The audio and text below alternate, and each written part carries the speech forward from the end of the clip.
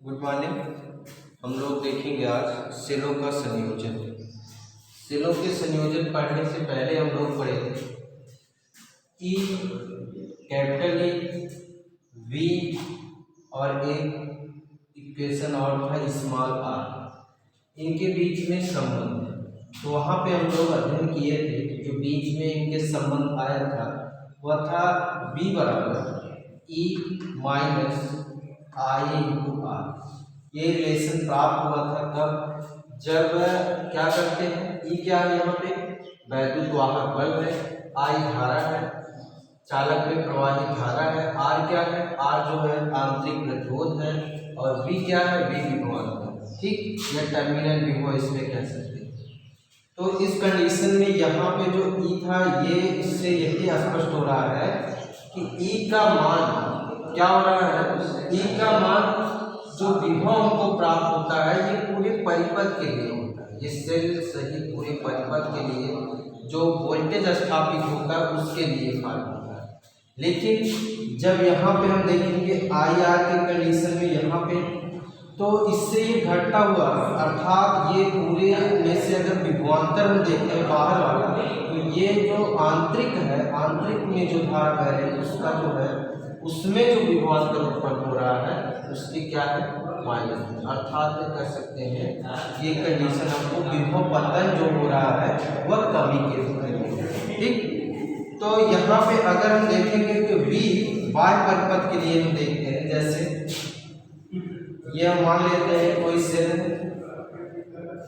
ठीक, थोड़ी सी पीछे वाली बातें देख रहे हैं, कोई सेल है, सेल को क्या करते हैं, सेल पर कोई लोड लगा देते हैं, लोड मतलब रेजिस्टेंस लगा देते हैं। तो यहाँ पे धारा हम देख रहे हैं आई किधर की तरफ जाएगा, पॉजिटिव से नेगेटिव की तरफ। ठीक, यहाँ पे जो बाह्य प्रतिरोध हमारा क्या है, आर है, और यहाँ पे स्मॉल ई इंटू जो है ई कैपिटल ई क्या है, वैद्युत वाहक बल है। ठीक, और इसका जो है आंतरिक प्रतिरोध स्मॉल आर से। तो उस कंडीशन में हम देख रहे हैं यहाँ पे कि जब यह धीरे धीरे क्या हो रहा है, इससे यही हो रहा है कि अगर इसमें धारा बंद हो जाएगी, तब जब कोई धारा इसमें नहीं बहेगी, अर्थात उससे डिस्चार्ज हो जाएगा, तो उस कंडीशन में धारा नहीं बहेगी, उस कंडीशन में V बराबर हो जाएगा किसके, V बराबर हो जाता है E। ठीक, कहने का अर्थ है कि यह काम तब तक होता है जब तक यह क्या होगा, सेल द्वारा कोई लोड या कह सकते हैं रेजिस्टेंस हमारा क्या होता है, चार्ज होता है, तब तक यह काम होता है। इसके बाद यह काम क्या हो जाता है, बंद हो जाता है। ठीक, कोई धारा नहीं बहती। उस कंडीशन में जो विभव हमारा बाहर का विभव जो आंतरिक विभव दोनों आपस में क्या होते हैं, बराबर होते हैं। लेकिन यहाँ पे आर के लिए कंडीशन देख रहे हैं, तो यहाँ लिख सकते हैं इस V का मान I इंटू क्या लिख सकते हैं, R, और ये बराबर होगा E minus I into R, और यहाँ पे लिख सकते हैं कि इसको पक्षांतर करिए तो E बराबर मिल जाएगा हमको, I कॉमन होगा तो R प्लस स्मॉल आर। ठीक, I बराबर क्या होगा, I बराबर होगा E upon R plus small R. तो कह सकते हैं कि किसी सर्किट में जो धारा बहेगी, अगर सेल लगाने पर धारा बह रही है तो धारा कितनी बहेगी, E upon R plus small R. Cell के द्वारा जोड़ करके अगर वह धारा बह रही है तो E upon R plus R. ठीक, लेकिन अगर यही कंडीशन हम कहें कि इस बैटरी को, ये तो बैटरी क्या हो रही, बैटरी धीरे धीरे इसकी ऊर्जा खत्म हो गई, लेकिन अगर बैटरी को जब चार्ज करते हैं चार्जिंग के माध्यम से, ये मान लेते हैं ये हमारी बैटरी है, इसमें जो धारा बहेगी ये इधर की तरफ बह रही है, अर्थात ये पॉजिटिव ये नेगेटिव, यहाँ पे कोई चार्जिंग है। ठीक, ये चार्जिंग है कोई आपका, तो इसमें से जो धारा बहेगी जो आएगी वो आएगी पॉजिटिव से नेगेटिव, पॉजिटिव से नेगेटिव मतलब हो करके आएगी, पहले पॉजिटिव क्रिया से हो करके जाएगी, नेगेटिव से आगे की तरफ जाएगी। तो यहाँ पे पॉजिटिव से नेगेटिव जा रही है, यहाँ पॉजिटिव जो है पहले पॉजिटिव पे आ रही है, फिर क्या हो रही है, नेगेटिव के सिरों पर होते हुए और क्या हो रही है, अर्थात उनके ऊपर स्टोर होता है। तो कह सकते हैं इस समय इसका पोटेंशियल बढ़ता है और इस समय इसका पोटेंशियल धीरे धीरे क्या होता है, कम होता है। ठीक, तो हम देखेंगे सेलों का संयोजन, ये बात समझ लेंगे क्यों, क्योंकि ये वाला पॉइंट हमको आगे मिलेगा। जो इसमें लिखे हैं ये पुनः अभी इसका यूज होगा। तो सेलों का संयोजन क्यों हुआ, क्योंकि सेलों को जोड़ने की आवश्यकता क्यों है, क्योंकि सेलों को क्या करते हैं, एक सेल अगर किसी जो है परिपथ में लगा देते हैं तो उससे बहुत ज़्यादा प्रभाव नहीं पड़ता है। तो एक सेल से कोई प्रभाव अगर नहीं दिखाई दे रहा, बहुत कम प्रभाव दे रहा है, तो इसको क्या करते हैं, हम कई सेलों को एक साथ जोड़ करके लगा देते हैं। कई सेलों को एक साथ जोड़ेंगे तो क्या होगा, उसका प्रभाव बढ़ जाएगा, अर्थात उस कंडीशन को हम इसमें देखेंगे। इसीलिए सेलों की आवश्यकता होती है संयोजन करने, अर्थात कह सकते हैं कि सेलों को एक सेल का कोई प्रभाव नहीं होता है, और अगर एक सेल का कोई प्रभाव नहीं होता है तो इस एक से अधिक सेल का प्रयोग करते हैं, जिससे हमको सेलों के संयोजन की क्या होती है, आवश्यकता होती है। ठीक, ये संयोजन कितनी टाइप के होते हैं, पहला हो गया श्रेणी क्रम, श्रेणी क्रम संयोजन। क्या हो गया पहला पॉइंट, श्रेणी क्रम संयोजन। ठीक, श्रेणी क्रम संयोजन में हम देखेंगे, श्रेणी क्रम में क्या होता है कि इसमें दो सेल, श्रेणी तो आप जानते हैं, सेलों को सिरा टू सिरा क्या किया कर दिया जाता है, जोड़ दिया जाता है। ठीक, किसी एक सिरे से उठाएंगे अगले सेल को, अगले सिरे से उसके अगले वाले सिरे से अगले सेल को, इस प्रकार से क्या करते हैं, जोड़ देते हैं। अगर सेलों को सिरा टू सिरा जोड़ते हैं तो वही क्या कहलाता है, हमको श्रेणी क्रम संयोजन कहलाता है। ठीक, अगर हम अब इसमें देख रहे हैं कि हम लेकर के चल रहे हैं कि कोई दो सेल है। ठीक, दो सेल है तो जैसे मान लेते हैं पॉजिटिव निगेटिव, फिर इससे जुड़ा हुआ पॉजिटिव टर्म, फिर इससे निगेटिव, ऐसे दो ही सेल लेकर के पहले शुरुआत करना चाहिए। इसमें कोई पॉइंट लेते हैं, इस पर विभव ए है, यहाँ पर अगर पॉइंट कोई लेते हैं बी है, और यहाँ पे कोई पॉइंट सी, तो क्या होगा कि यहाँ पे पॉजिटिव निगेटिव हम देख रहे हैं कि जैसे पॉजिटिव के बाद जो है निगेटिव की निगेटिव बाद पॉजिटिव, पॉजिटिव बाद निगेटिव, ऐसे सीक्वेंस में एक सीरियल में जुड़ा हुआ। ठीक, तो अगर इस प्रकार से जुड़ा हो तो इसको बोलते हैं सिस्टमैटिक, जो है सिस्टमैटिक संयोजन ये बोला जाता है।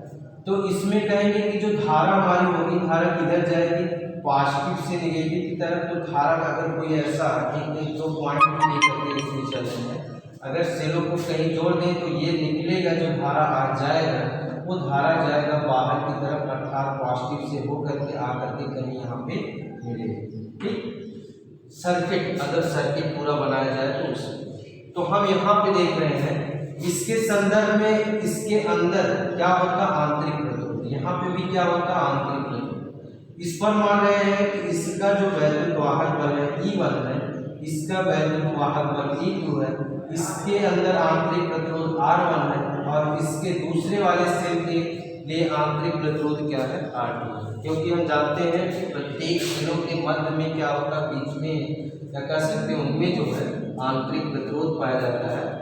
तो इस स्थिति को लेकर के हम चलते हैं, यहाँ पे E1 इस कंडीशन को, यहाँ पे तो जो है आपका मिलेगा R1, यहाँ पे E2, यहाँ पे R2। ठीक, अब इनको क्या करते हैं कि जब जोड़ते हैं तो एक कंडीशन इसके लिए, सेलों के लिए केवल एक के लिए हम पढ़ चुके हैं कि V बराबर हमारा होता है E minus I into R। ठीक, V बराबर होता है E माइनस R। बस ये इसी वाले फार्मूले के आधार पर हम, ये तो केवल एक सेलों के लिए था। ठीक, इसमें दो सेलें हैं तो दो समीकरण बन करके तैयार होंगे। तो क्या हो जाएगा, इसमें जो विभव हमको मिलेगा, देखिए विभव इस वाले पॉइंट पर हम देख रहे हैं ए से बी।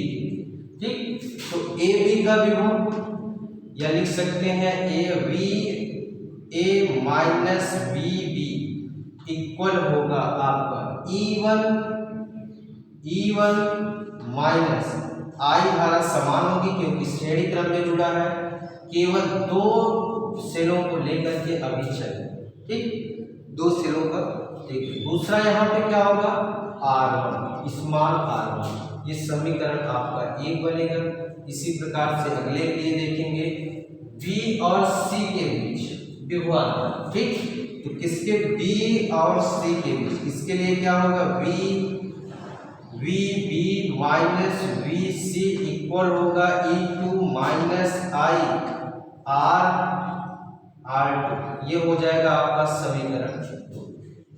अब क्या करते हैं कि यहां से हम देखेंगे कि समीकरण 1 और 2 को आपस में जोड़ेंगे। तो ये जो कंडीशन हमको मिलेगा जोड़ने के बाद मिलेगा V A minus V B plus V B minus V C equal होगा हमारा इधर के टर्म में E1 minus I R plus E2 minus I R2, ठीक। E1 इसमें एक साथ कर लेंगे, यहाँ पे अगर इसको तोड़ेंगे तो ये एक दूसरे से कैंसिल हो जाएगा। तो यहाँ पे मिलेगा V A minus V C equal इधर मिलेगा E1 प्लस E2, दूसरे फार्म में मिल जाएगा हमको माइनस कॉमन, आई लेते हैं माइनस और आई यहाँ पे दोनों कॉमन लेते हैं तो R प्लस R2, ठीक। तो वी ए माइनस वी सी, ऐसे ही जैसे यहाँ पे ए बी लिखे हैं, ए बी फार्म के लिए, किसके लिए वी ए बी के लिए, ठीक उसी प्रकार से इसको लिख सकते हैं वी ए सी। तो वी ए सी का जो वैल्यू यहाँ पे निकल रहा है इस फॉर्म के लिए निकल रहा है E1 plus E2 minus R1 plus R2 के साथ, ठीक। अब दूसरा यहाँ पे इसका अगर इक्विवेलेंट जो है हम देखेंगे कि इक्विवेलेंट सिस्टम जो है सेलों का मतलब सम स्थिति में अगर हम पूरा टोटल फॉर्म में देखें तो क्या होगा E और A और C के बीच में हम एक सेल को एक मान लेते हैं, इन दोनों सेलों को एक मान लेते हैं, ठीक। तो क्या होगा कि यहाँ पे जो हमको मिलेगा A पॉइंट ये C पॉइंट, यहाँ पे E अगर मानते हैं और इसमें प्रतिरोध जो सेलों का आंतरिक प्रतिरोध स्मॉल r है, तो ऐसे फॉर्म के लिए इस फार्मूले से मिल जाएगा V बराबर E minus I into R. अब ये समीकरण आपका हो गया, ये समीकरण 3 और ये हो गया आपका समीकरण 4।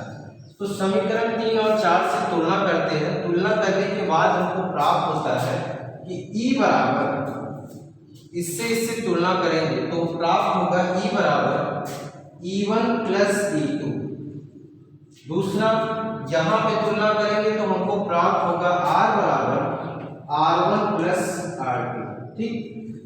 तो यहाँ पे इस प्रकार से हम देखते हैं कि जो श्रेणी क्रम में जो सेलों को जोड़ा जाता है उस सेल में जो आंतरिक प्रतिरोध होता है उनका योग और जो दूसरा कंडीशन जो वैद्युत वाहक बल होता है उनका योग कैसा होता है, अर्थात एक समफार्मी योग होता है, ठीक। लेकिन अब ये तो स्थित हुआ, इसको तो देख लेंगे लिख लेंगे, यहाँ तक पहुँचे, इससे यही सिद्ध हो रहा है कि अगर दो सेल होंगे तो उनका वैद्युत वाहक बल आपस में जुड़ जाएगा और उनका आंतरिक प्रतिरोध आपस में जुड़ जाएगा, ठीक। आगे इसी टर्म में अगर हम देखते हैं कि अगर मान लेते हैं, इसी पॉइंट को ध्यान में रखेंगे, अगर हम मान लेते हैं कि जो सेल यहाँ परिपथ बनाए गए थे, सेल में पॉजिटिव सिरा नहीं थे, निगेटिव सिरा, फिर इसके बाद पॉजिटिव सिरा था, फिर निगेटिव सिरा। हम निगेटिव सिरा इसके बाद रखते हैं, किसी कारण त्रुटि बस हो गया और इसमें पॉजिटिव सिरा, तो उस कंडीशन में ए और सी की वैल्यू जो हम देख करके निकालेंगे वह क्या होगा, वह होगा आपका AC के फॉर्म में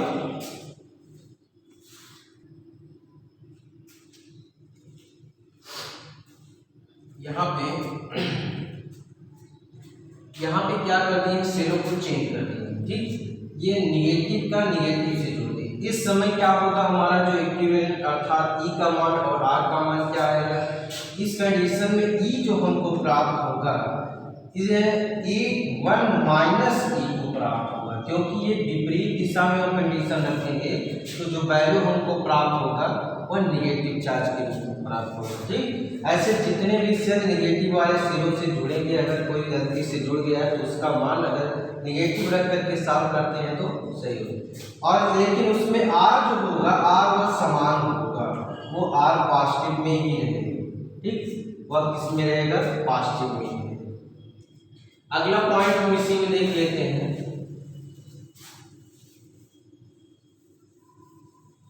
अभी हम दोनों ने पढ़ा है केवल दो सेलों पे, अगर यन सेल जुड़े हो आपस में, यन सेल, ठीक, कहने का अर्थ हुआ कि जैसे कोई सिरा है, इस प्रकार से यहाँ निगेटिव पॉजिटिव, फिर पॉजिटिव निगेटिव, पॉजिटिव निगेटिव, ऐसे करके डॉट डॉट ये जुड़ा है पॉजिटिव निगेटिव। श्रेणी क्रम में यन से लेते हैं, E1 R1, इसके R1 क्या है, इसका आंतरिक प्रतिरोध, इसका आंतरिक प्रतिरोध E2 R2, इसका E3 R3, ठीक, आंतरिक प्रतिरोध। यहाँ पे देखेंगे इसका आंतरिक प्रतिरोध R, ठीक, R कहाँ पे, RN, और यहाँ पे क्या हो जाएगा, EN। तो ऐसे फार्म में जो हम देखेंगे, इनमें जो फार्मूला हमको प्राप्त होगा वह कितने जो है कंडीशन के लिए n टर्म तक देख रहे हैं। तो जो इसमें वैल्यू हमको प्राप्त होगा, दो के लिए हम देखते हैं E का मान जो निकला था E1 plus E2 plus E3, ऐसे करके हमको क्या प्राप्त होगा, EN, या इसका टोटल अगर हम देखेंगे कि सब इसका क्या हो जाएगा, तो ऐसे फॉर्म में लिख सकते हैं NE, क्या लिख सकते हैं, यनवा टर्म देख करके यन को है यन से क्या कर देते हैं, गुणा कर देंगे, तो यनवी टर्म का जो है ई का मान। ऐसे आर वाले फॉर्म के लिए भी कर सकते हैं, R1 plus R2 plus R3 और डॉट डॉट कहाँ पे जाएगा, IN, तो इसको अगर लिखना चाहें तो क्या हो जाएगा, यन आर, ठीक। अगर अब इसमें देखेंगे कि सर्किट में कितनी धारा प्रवाहित होगी, तो I बराबर जो सर्किट में धारा प्रवाहित होगी, I बराबर होगा E वैद्युत वाहक बल, कुल वैद्युत वाहक बल कितना, NE अपान कुल जो है सेल के लिए बाह्य प्रतिरोध का कैपिटल R मानते हैं, प्लस ये जो इसके सर्किट में बाह्य प्रतिरोध, ये तो सेलों का संयोजन है, लेकिन अगर इससे कोई परिपथ जोड़ा जाए तो उसका लोड अगर हम R मानते हैं तो R और प्लस हो जाएगा NR, ठीक। अब इसमें जो कुल धारा बहेगी NE अपान R प्लस NR, जब N सेल लगे होंगे तब। लेकिन इसमें दो स्थितियां बन जाती हैं। पहली स्थिति क्या बनती है, N सेल लगे, पहली स्थिति बनती है कि R का मान ग्रेटर देन लेस देन किससे है, या जो है किसकी अपेक्षा, NR की, NR का मान बहुत अधिक है R की अपेक्षा, तो उस कंडीशन में हमको मिलेगा I बराबर प्राप्त होगा NE अपान NR, N से N कैंसिल हो जाएगा तो E अपान क्या मिल जाएगा, E अपान R, ठीक। दूसरी कंडीशन, इससे यही स्पष्ट हो रहा है कि अगर परिपथ में N से जुड़े हों तो उसका कोई प्रभाव नहीं होगा, उसमें जो धारा बहेगी केवल एक ही सेल के कारण जो भी हमको धारा प्राप्त होगी, N सेलों से कोई प्रभाव नहीं होगा, ठीक। दूसरी स्थिति इधर बनेगी, दूसरी स्थिति आपकी होगी R ग्रेटर देन है NR से, तो इसमें I बराबर हमको मिलेगा, ये टर्म ये क्या है, ये बहुत अधिक है, ये बहुत कम, इसको छोड़ देंगे तो मिलेगा NE अपान R। तो ऐसी स्थिति में जो N सेल मिले हैं, N सेल जो है वह क्या करें, उसके कारण जो हमको अधिकतम धारा क्या हो रही है, कंडीशन में प्राप्त हो रही है, ठीक। तो इसमें पहले वाले में कोई प्रभाव नहीं हो रहा है। दूसरे अगर सेलों का आंतरिक प्रतिरोध बहुत जो है, बाह्य प्रतिरोध कुछ ना हो, बाह्य प्रतिरोध लोड कुछ ना हो, तो केवल एक सेल में जितनी धारा बहेगी वही काम करेगी। लेकिन अगर बाह्य प्रतिरोध बहुत अधिक है तो यह सेलों में जो धारा बह रही सबका गुणन के रूप में हमको क्या होगा, प्राप्त होगा, ठीक। तो इस प्रकार से हम देखते हैं सेलों का श्रेणी क्रम में संयोजन। श्रेणी क्रम में क्या करते हैं, सेलों का जो भी जो है आंतरिक प्रतिरोध को अलग बाह्य प्रतिरोध जो है आंतरिक प्रतिरोध को एक साथ जोड़ लेते हैं और वैद्युत वाहक बल को एक साथ जोड़ लेते हैं और इस स्थिति में हमको क्या हो जाता है, श्रेणी क्रम संयोजन प्राप्त होता है। ठीक, धन्यवाद।